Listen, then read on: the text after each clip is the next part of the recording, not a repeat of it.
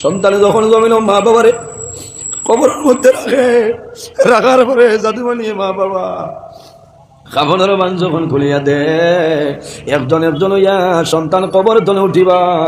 সন্তানে কোনো সময় মার মুখে চায়, বাবার মুখে চায়, বাবার মুখে বাবা তোমার জীবনে কোনো দিন আল্লাহ বালিশে জমিন ঘুম লাগাইলাম না, এই জমিন তোরে মারা গেলাই আল্লাহর হুকুম মানিয়ে এমন জায়গায় রাখিয়া যাইয়া যে কবরের মাঝে দুনিয়ার কোনো চকি নাই, দুনিয়ার কোনো সাটি নাই, দুনিয়ার কোনো তোষক নাই, দুনিয়ার কোনো বালিশ নাই, আমি আল্লাহর হাওলা করিয়া তোমারে রাখিয়া যাইয়া।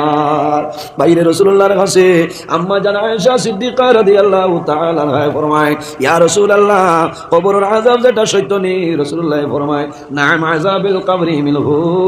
রাসূলুল্লাহ ফরমায়, ও আয়েশা কবরের আযাব হইল সত্য, বন্দারে কবর রাখবায়, কবরে সাফা মারবো, ডাইনর ফাতিয়ার বামে আইব, বামে ফাতিয়ার ডাইনে আইব, বন্দায় কবর ঠিক দিব।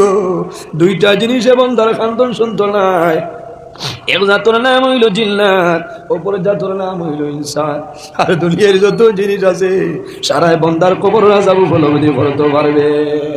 এর কারণে বাইরে জোয়ান আল্লাহর হাবিব আলাইহিস সালাতু ওয়াস সালামে ফরমাইলেন, আমার উম্মত যখন জমিনে ফজরের নামাজ পড়িবাই, ফজরের নামাজ পড়িয়া 7টা তাসবিহ আছে রে, আল্লাহুম্মা আজিরনি মিনান নার, আল্লাহুম্মা আজিরনি মিনান নার, আল্লাহুম্মা আজিরনি মিনান নার, আল্লাহ আমারে দুজখের আগুন থেকে বাঁচাইলাও। বন্দা ফজরের নামাজ পড়িবাই, ফজরের নামাজ পড়িয়া 7 বার পড়িবা আল্লাহুম্মা আজিরনি মিনান নার। আমার নবী ফরমায়, এই বন্দা যদি মাগরিবের আগে মারা যায়, বন্দারে যে কোনো সময় কবর দাফন করাইব, এই তাসবিহ পড়ার কারণে আল্লাহ বন্দার কবর আযাবের ফিতনা থেকে বাঁচাইলাই। মা কওনা সুবহানাল্লাহ, জুরা কও সুবহানাল্লাহ।